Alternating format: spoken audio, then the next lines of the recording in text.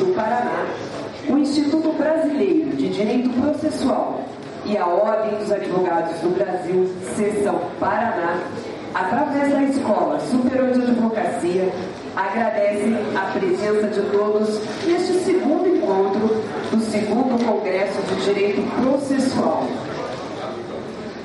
Gostaríamos de lembrar que ao final deste evento haverá o sorteio de uma pós-graduação na Uninter e os participantes devem então se inscrever para participar no próprio estande da Uninter.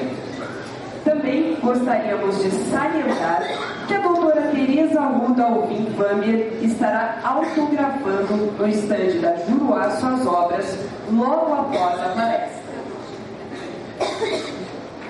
E para iniciarmos os trabalhos desta manhã, convidamos a doutora Carolina Uzeda, que vai explanar sobre o tema Projeto Mulheres no Processo Civil. Doutora Carolina é advogada, mestranda em Direito Processual Civil pela Pontifícia Universidade Católica de São Paulo, especialista em Direito Processual Civil pela Pontifícia Universidade Católica do Rio de Janeiro e em Direito Civil e Processual Civil pela Universidade Estácio de Sá do Rio de Janeiro. Por gentileza, doutora, com a palavra. Alô, oi, obrigada, bom dia. Inicialmente, em nome do Instituto Brasileiro de Direito Processual, eu gostaria de agradecer o convite, em nome da coluna Processualistas também, o convite da Rogéria, e a presença de todos, a presença do professor Egas. Realmente me honra muito poder falar de um projeto que me é tão caro aqui para vocês e tentar explicar um pouquinho o que é o Mulheres no Processo, qual foi a nossa motivação e o que a gente está pretendendo fazer no campo de uma ação afirmativa no âmbito acadêmico, especificamente do direito processual civil. Em primeiro lugar, eu gostaria de deixar um pouco claro que a nossa iniciativa não é uma iniciativa feminista ferrenha. O que aconteceu foi que nós observamos, e isso veio em decorrência de uma pesquisa publicada há 2 anos, que as mulheres no meio acadêmico elas vão ficando pelo caminho. Então, como funciona isso? Hoje, na graduação, a gente tem mais de 60% de mulheres. Na pós-graduação, no mestrado, a gente tem 50% de mulheres no corpo docente. No doutorado, nós somos 49% de mulheres. Quando a gente chega a estágios mais elevados, a concursos para professores, a grandes eventos, a posições de destaque, a gente percebe que não existe essa equidade. Então, enquanto em todo estudo, em toda a nossa vida de aprendizado, em toda a nossa vida acadêmica, nós somos metade do corpo docente das instituições de ensino, enquanto professoras nós somos 10%, 20%. Enquanto palestrantes em eventos nós somos 10%, 20%. Então, alguma coisa acontece para que as mulheres fiquem pelo caminho. As mulheres vão se perdendo na vida acadêmica e, evidentemente, não é por falta de capacidade nem por falta de qualidade. E isso necessariamente leva a gente a uma certa reflexão sobre o que acontece com as mulheres na vida acadêmica para que elas vão se perdendo, vão ficando esquecidas e apagadas na evolução do que seria natural e do que é natural para os homens de assumirem uma posição de destaque. É claro que nós temos, principalmente no processo civil, nós temos 2 grandes exemplos de mulheres sensacionais, que estão entre as melhores processualistas do Brasil, e isso faz a gente ver que é possível. Claro que é possível, com esforço, dedicação, com estudo, é possível.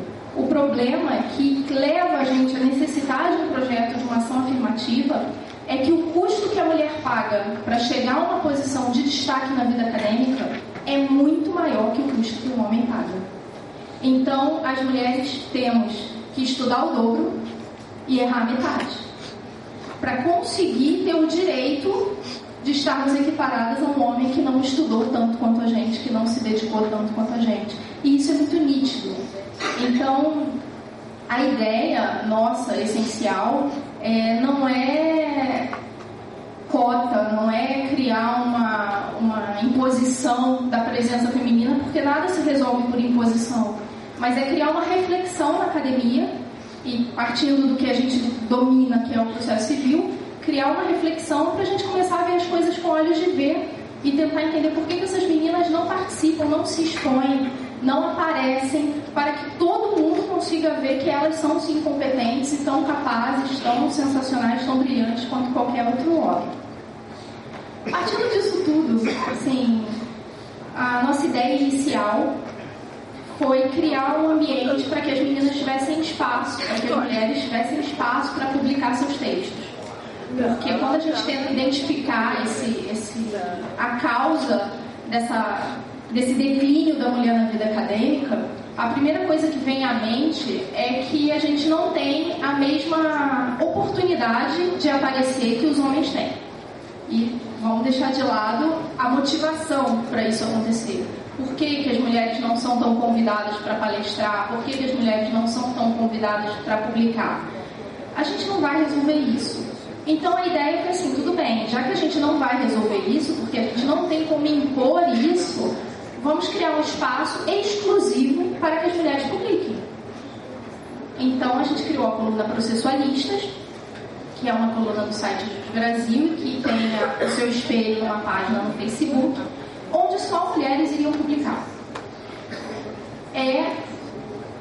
Ouvimos algumas críticas, tipo, vocês estão segregando os homens, mas a ideia não é segregar, a ideia é justamente abrir espaço. Assim, se o problema das meninas, para elas não aparecerem, para elas não se criarem na academia, é não serem vistas, é não terem oportunidade de aparecerem para a população, para aparecerem nacionalmente, então vamos permitir que elas tenham espaço para fazer isso.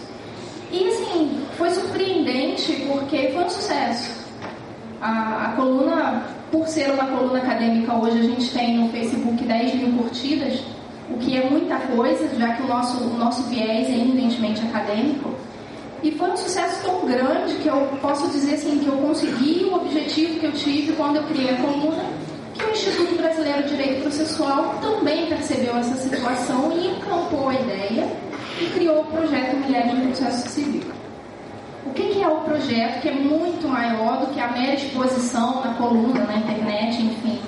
O projeto é uma ideia regional, nacional, mas que será desenvolvida regionalmente. Então nós vamos ter 3 eventos por ano em regiões distintas do Brasil. E esses eventos serão mistos, claro, mas com participação mais efetiva de mulheres. Então, mais uma vez, a ideia não é segregar, mas dar oportunidade que as mulheres sejam conhecidas, que elas manifestem suas opiniões.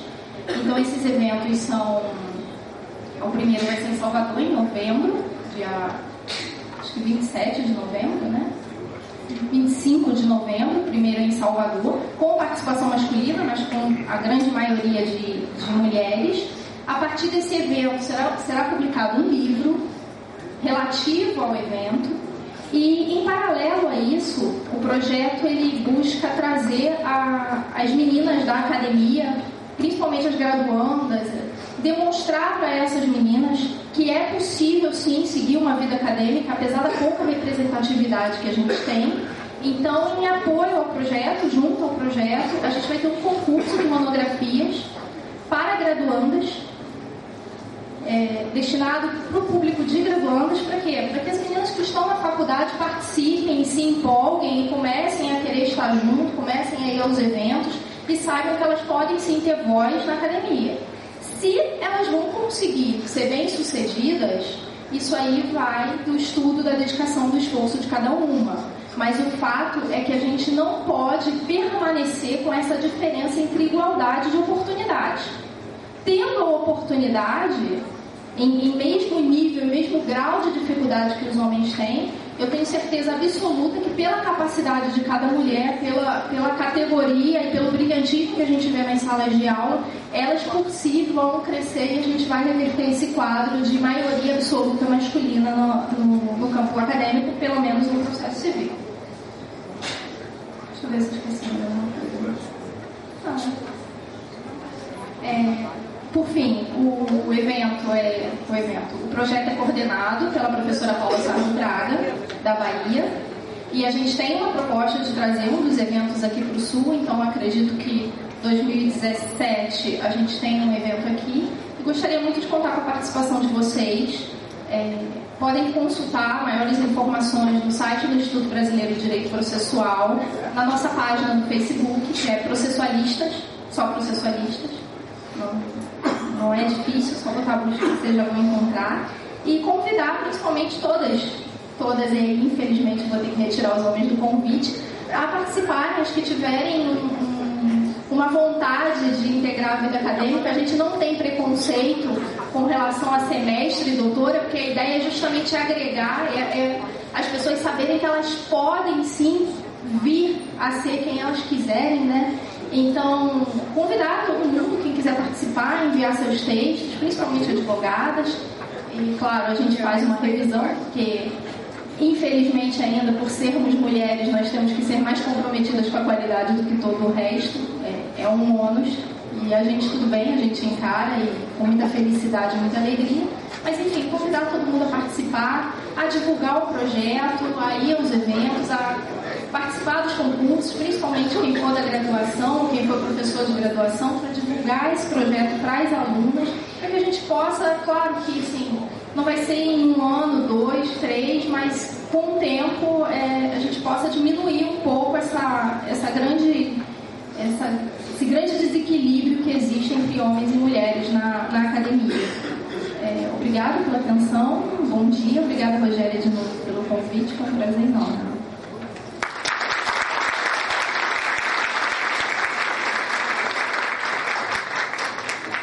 Agradecemos pela exposição e convido a doutora Adriana Dávila Oliveira para fazer a entrega do certificado à doutora Carolina.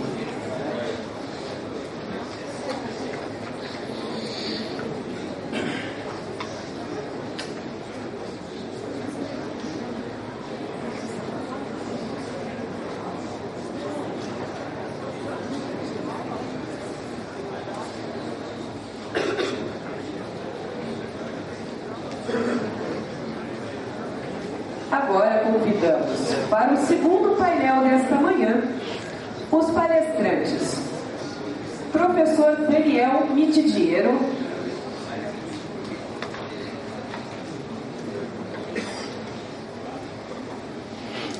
professor Evaristo Aragão dos Santos,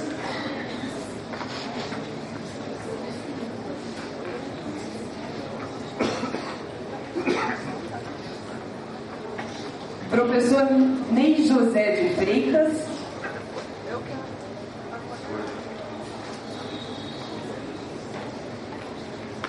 professor Vicente de Paula Ataíde Júnior,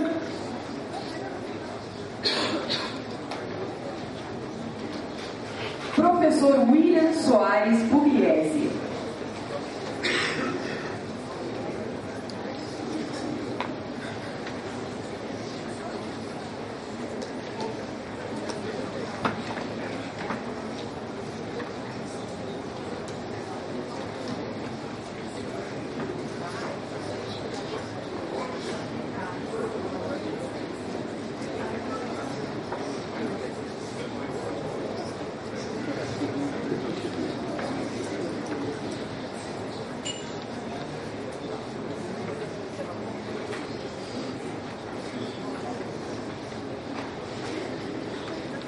Neste momento, ouviremos o professor Daniel Mitidiero, pós-doutor em Direito pela Faculdade de Jurisprudência da Universitat d'Estudi de Pávia, doutor em Direito pela Universidade Federal do Rio Grande do Sul, professor adjunto de Direito Processual Civil nos cursos de graduação, especialização, mestrado e doutorado da Faculdade de Direito da Universidade Federal do Rio Grande do Sul.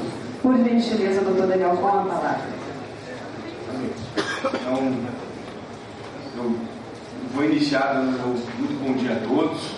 Quero dizer que é uma grande alegria para mim estar aqui em Curitiba. Eu não exagero ao dizer que eu me sinto verdadeiramente em casa aqui, não só porque tenho muitos amigos aqui e já há muito tempo venho para cá, como eu venho praticamente toda semana para Curitiba por conta também de afazeres que as minhas amizades acabaram acarretando aqui. Uma dessas amizades, uma das grandes amizades que eu tenho é o professor Sérgio Cruzariati.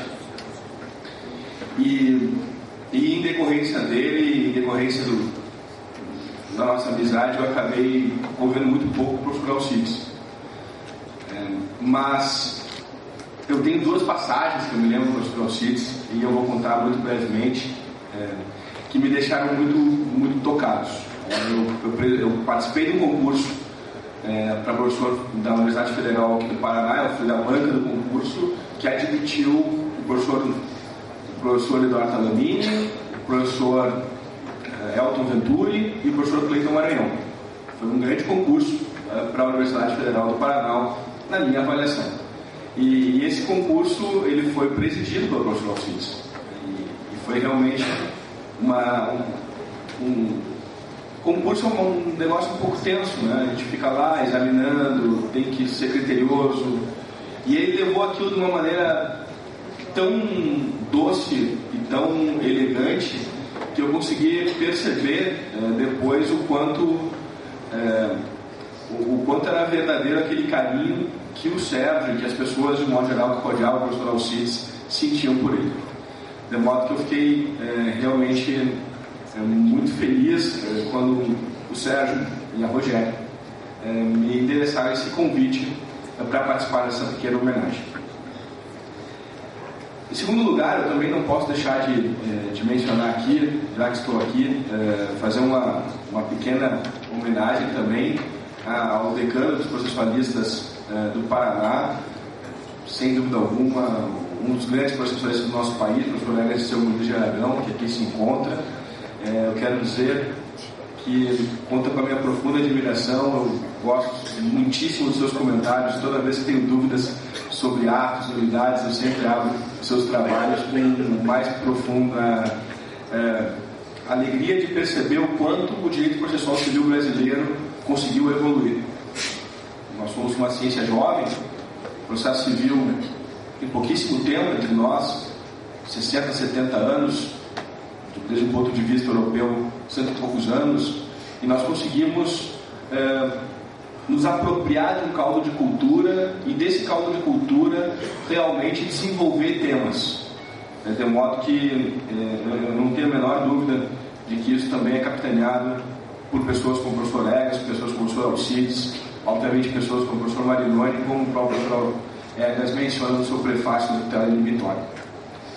Bom, eu também quero dizer que fico muito feliz de ouvir a Carol falando aqui sobre a inserção de processualistas no cenário dos processualistas. Não obstante, eu olho para os lados aqui e veja apenas processualistas, mas essa é realmente algo que nós temos que fomentar. E eu posso adiantar, Carol, que o próximo evento das processualistas será em abril em Porto Alegre, na Universidade Federal do Rio Grande do Sul. Então, nós estamos já gestionando e o IBDP já aprovou essa nossa pretensão. Bom, o Sérgio pediu que eu falasse sobre colaboração, e nós temos 15 minutos cada um para falar, né? 20 minutos cada um para falar sobre colaboração. E eu vou falar sobre colaboração. E, na verdade, fazer um resumo do que é a colaboração hoje no Código de Processo Civil é um desafio significativo. Primeiro, porque a gente tem que limpar muito o terreno.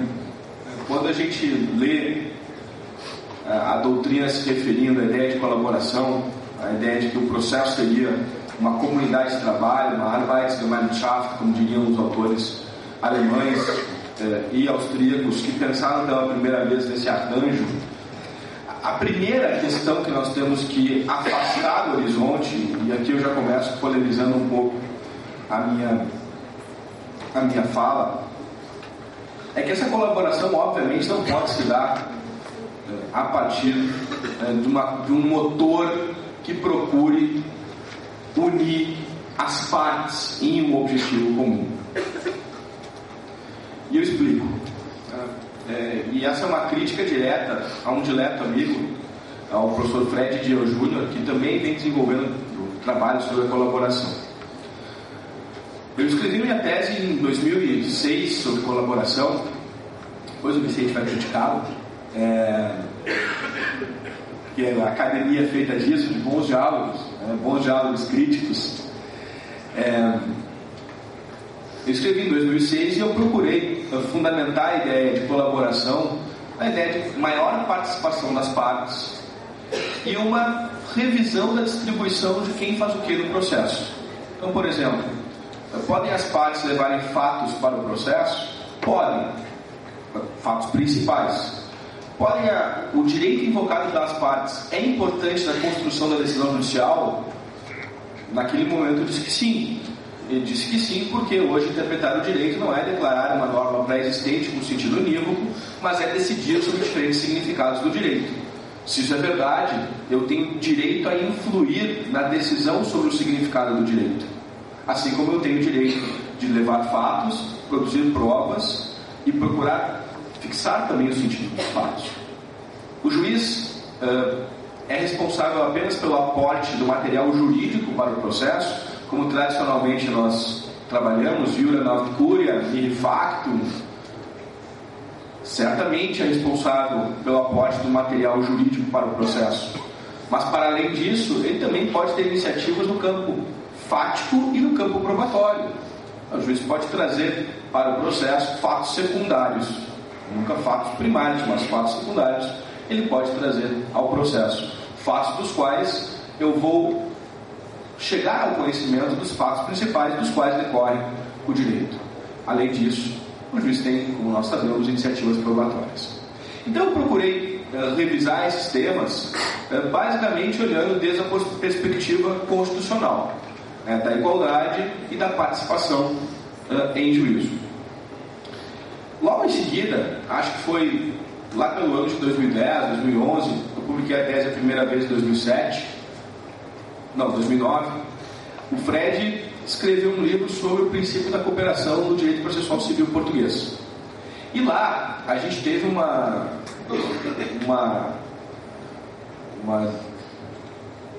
briguinha, uma rixinha teórica que vai dar uma solução diferente justamente para esse ponto. As partes colaboram ou não colaboram entre si? E o que significa hoje o que as partes vêm fazendo em juízo e podem fazer em juízo, talvez customizando o procedimento, talvez adaptando o procedimento.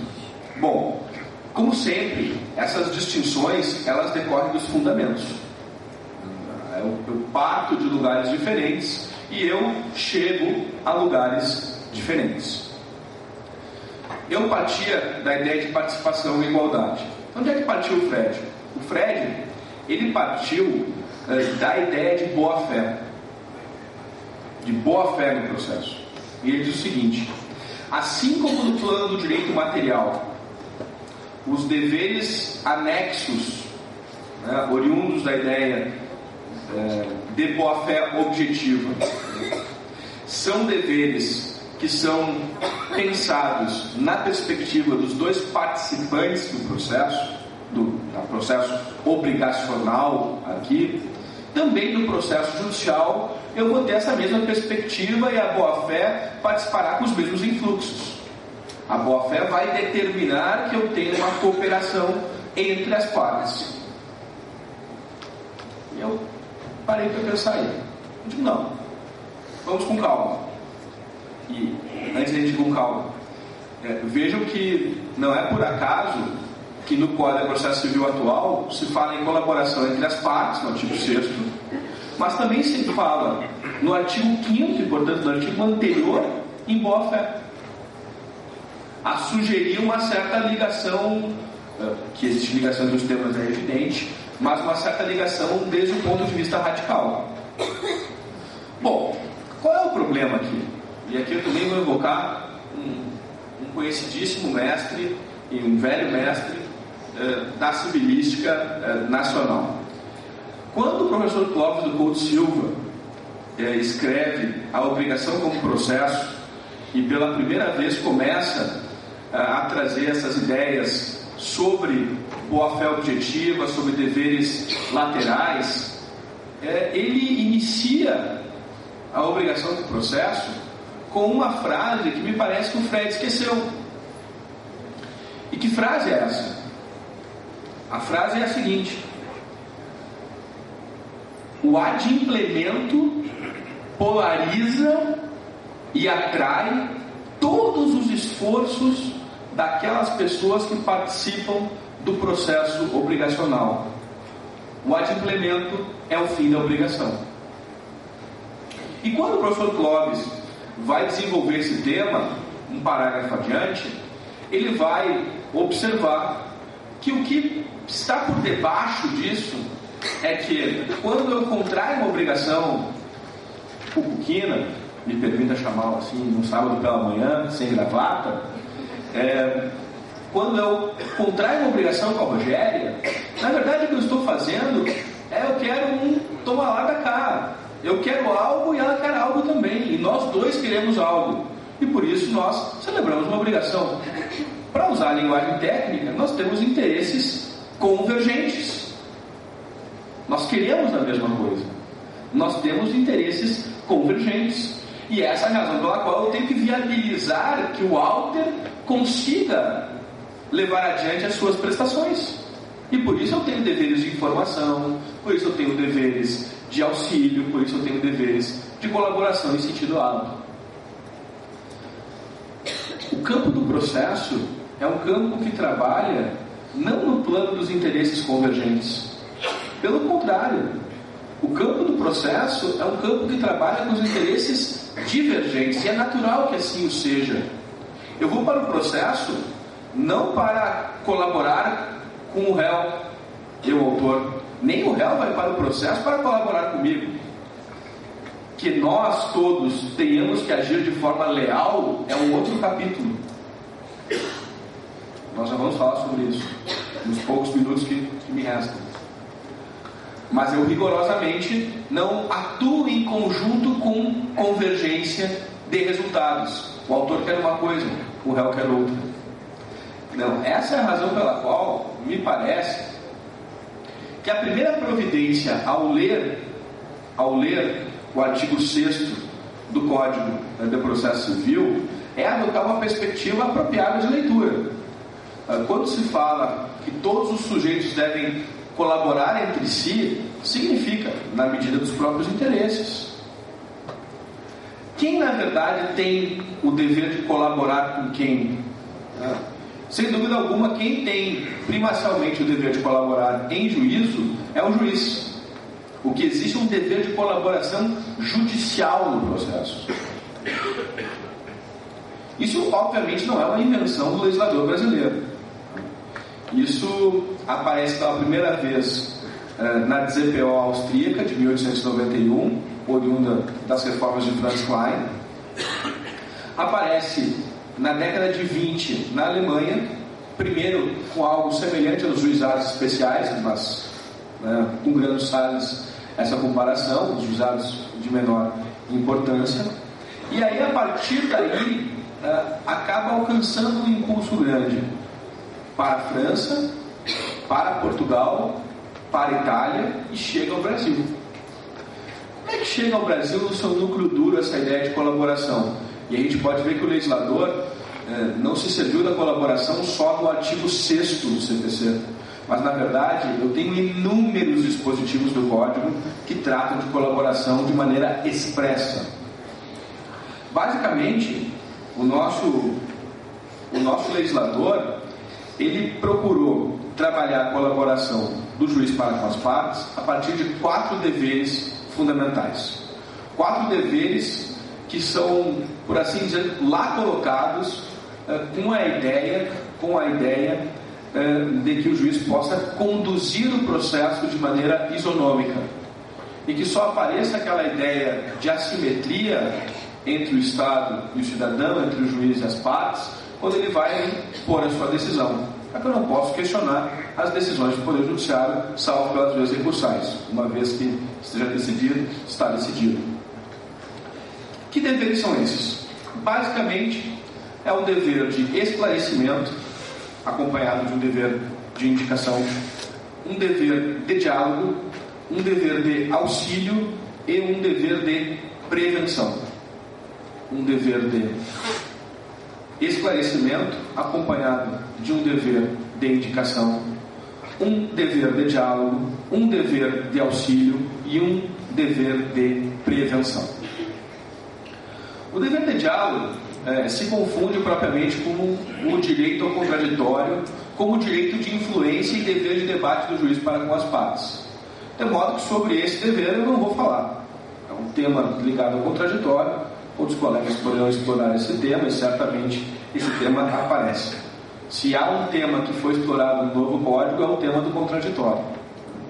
Então, o artigo 9º, o artigo 10º, o artigo 489, parágrafo 1º, inciso 4, nos colocam essa ideia de um juiz que tem que dialogar a fim de não surpreender as partes e a fim de se deixar influenciar para conformar uma decisão.